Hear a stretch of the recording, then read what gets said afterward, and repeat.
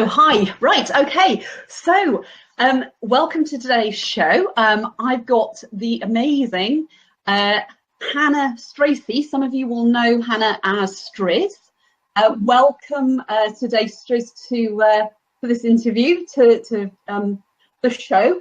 And what we're going to do is we're going to talk about how you got clarification on what you're doing, because you're a floral designer based in sort of South Wales. And what we want to do is have a chat with you about how you've literally transformed your business and taken it forward into sort of an alternative wedding brand and, you know, identified your ideal customer. So welcome. Hello, thank you. That's okay. So some of the streaming on this interview might be a bit slow because of connections, but I can hear you absolutely fantastic. So we'll crack on. So when we met, Strizz, you're a floral designer, and you'd got a business which you're running from home, which is fantastic because you keep your overheads low. But you know, before we met, could you just briefly describe sort of how you felt? What were your challenges when we first met? Yes, okay. So my strengths lie in being creative and not necessarily in everything else. So when I set up the company, the reason that I did it was because that I wanted to, one, be able to be creative within my kind of own rules and be a little bit fun and be a little bit quirky with things, while also delivering sort of high quality and a professional service. But it was understanding how, one, I should be marketing myself and who I should be marketing myself to, and how I should be going about it. So although my work was great and amazing, my kind of getting out there to people was the bit that was holding me back, definitely. And just feeling a little bit unsure about kind of who I was and how I fitted into the business, because what ended up happening was, because the business was new and needing to just start out in the beginning anyway, getting known and getting that work coming in, I started taking on work that didn't necessarily sit comfortably with me within my kind of creative sort of frame. And yeah, it just made, I ended up feeling like I was doing the same thing as everybody else, when the whole point of it was to do something different. Yeah, and I think that's a challenge that a lot of business owners face. It, you know, you go into business and you've got this great idea, and you know, to express yourself in the world and sort of get paid your worth. And I think, you know, and I've seen this a lot actually, is that the longer you're in business, you can fall into this trap of trying to conform with what other people are doing, and then you go down like a rabbit hole almost. And that's the challenge, is that it's like you end up not loving what you're doing because you're trying to conform and comply. And I know when we started working with each other, you described it as feeling a bit kind of lost, and that you kind of knew in your head what you wanted to do, but there was that thing where you didn't know how you fitted into the business and, you know, how to express your true self. Yeah, is that right? Yeah, definitely. Yeah, that was definitely cool. And then, you know, you said, you know, what was your biggest challenge? I mean, you mentioned to me about sort of the money situation, you know, the problems that can cause with income creation. Mm-hmm. Yeah, definitely. I mean, it was a big challenge, balancing out what was bringing in money in order to fuel the business, and then what was fulfilling my happiness. You know, why work for myself when I could work for somebody else? And the whole point was in order to be myself and express myself through my passion and then into the business. And so, yeah, money was definitely a big issue.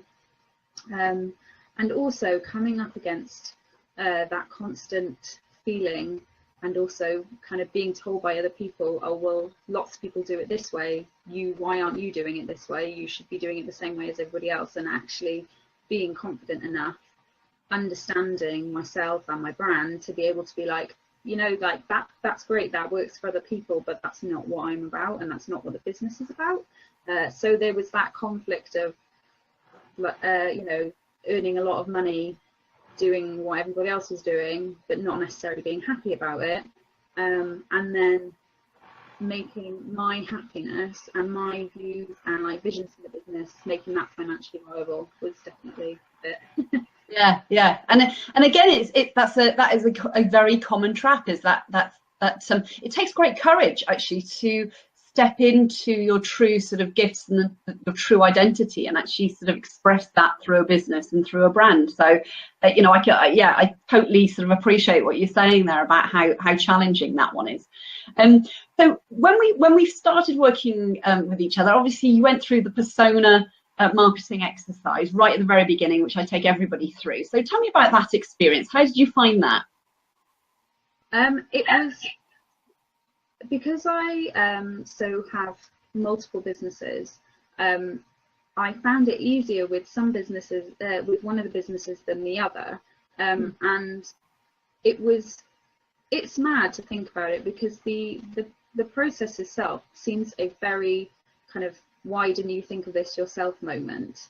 Yeah. But actually being taken through it and making sure you don't miss anything out was really, really valuable, because instantly within that, after that first session, without even kind of physically doing any extra work, I knew who the businesses were. I knew how to identify between the two of them, and how to identify between the two of them and myself. So making sure that, yes, I was obviously a big part of the business, but making sure that it wasn't just me in the business. Yeah, that was just, I mean, that on its own was just worth everything. So yeah, it was interesting, because obviously what we identified quite early on was the fact of your love of like the alternative wedding market, and the fact that you love the wire work that you do in floristry, and you're particularly great at it, if I may say so, Strizz, because you know some of the bouquets that you've designed are stunning. And so one of the things that was very apparent for me anyway, and this is always the way, it's like a mirror when we do the persona work. As you said, it's simple. It's a simple process, but it's not easy, because you need a facilitator ideally to kind of reflect back at you and sort of put these things together. But we identified that the alternative wedding market was something that you would actually thrive in because of the designs that you were doing. And that's when we actually came up with the different personas for the different brides who would like the different weddings. So reel off some of those, because we've got like pagan weddings, and what are the... Yes, so we started off with a general persona for the business, and then, like you said, we broke it down into the different sort of groups that brides would associate themselves with. So we have the ones that are very kind of outdoorsy, nature, very kind of very mindful about themselves, and they then feed into the sort of the outdoor and the pagan weddings, and also anything like very kind of Game of Thronesy sort of feel to it, very kind of back to nature. So that then became a persona, which we called Freya, which has then fed into one of the collections that's on the website, which is called the Akasha collection. And then there was a persona to do with eras, so that was looking, so that's talking about the wire work, looking at really old school traditional styles of floristry that is quite difficult to get your head around. It's a very, very technical way of working, but that's how everything used to be done. So it's for those that want a sort of true vintage style wedding. It's giving them the original techniques as well, rather than just kind of taking the blanket vintage style that a lot is very popular at the moment. It's actually looking at, well, what is real vintage, and yeah, building it into that, which I definitely love doing that one. That one's a good one.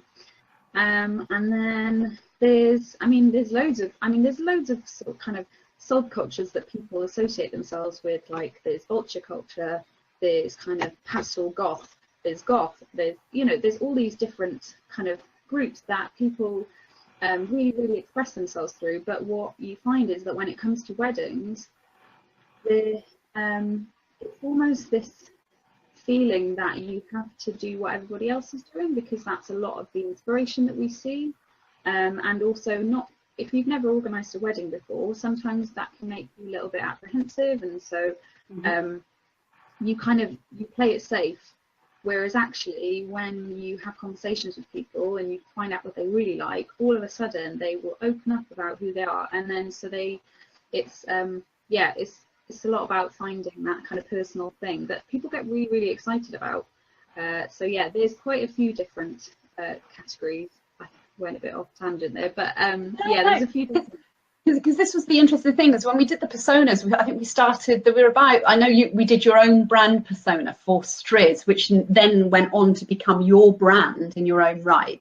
But we did, I think there was three or four that we started working on, and from there it's kind of evolved, hasn't it? And that's the great thing about personas, is once you know how to do the persona work, you can just add on more and more sort of personas and know how to market to those particular groups.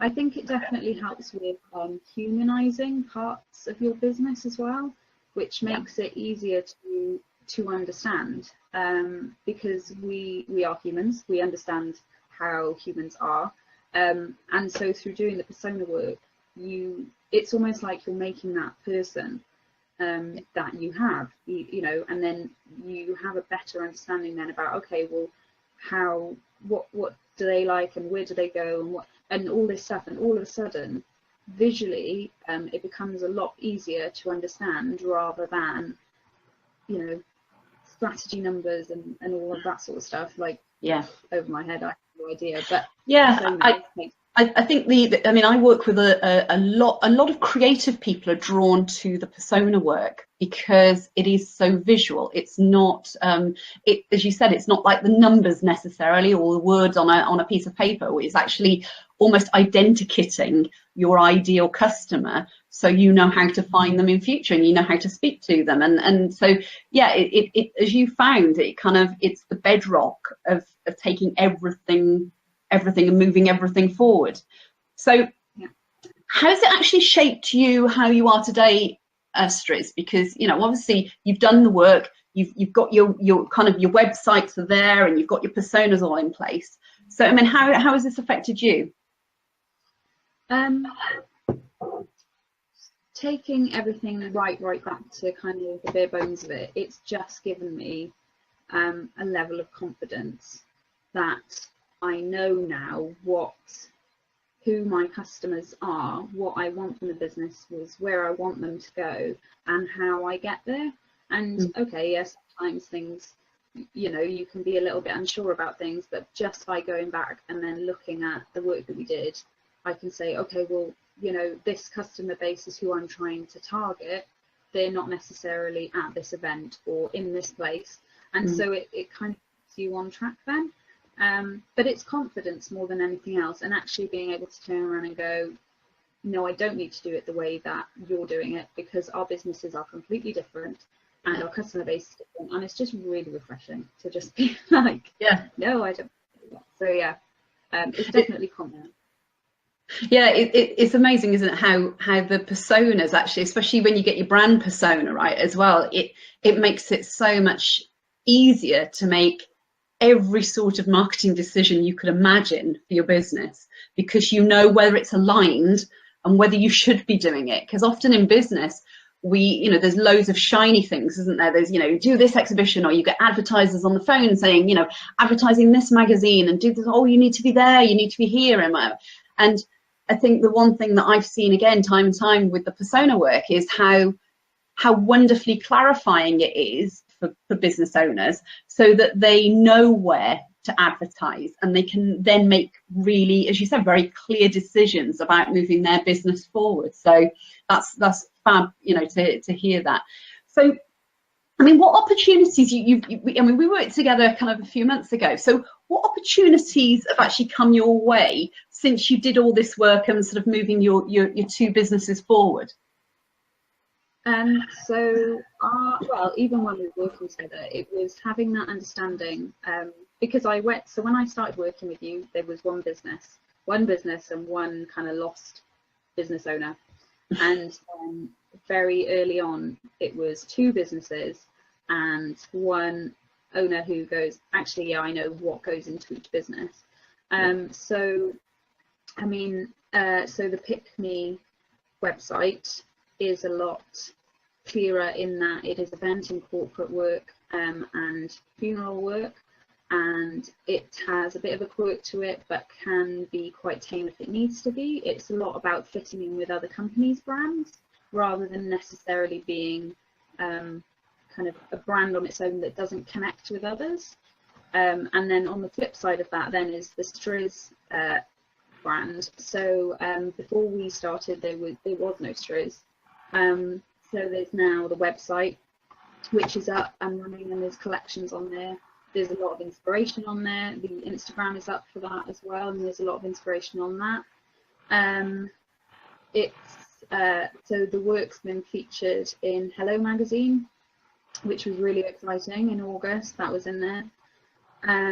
There's been multiple kind of photo shoots that have gone into like online blogs as well, and also into like physical magazines. So there's a lot of collaboration between other suppliers, which is really great, because again, understanding who you are and where you want to go with your business means that I've found the right suppliers to work with on things like that to constantly then it's beneficial rather than time and money wasting. And then I also got invited to go over to Brussels to sit on the panel for the European Young Florists Conference.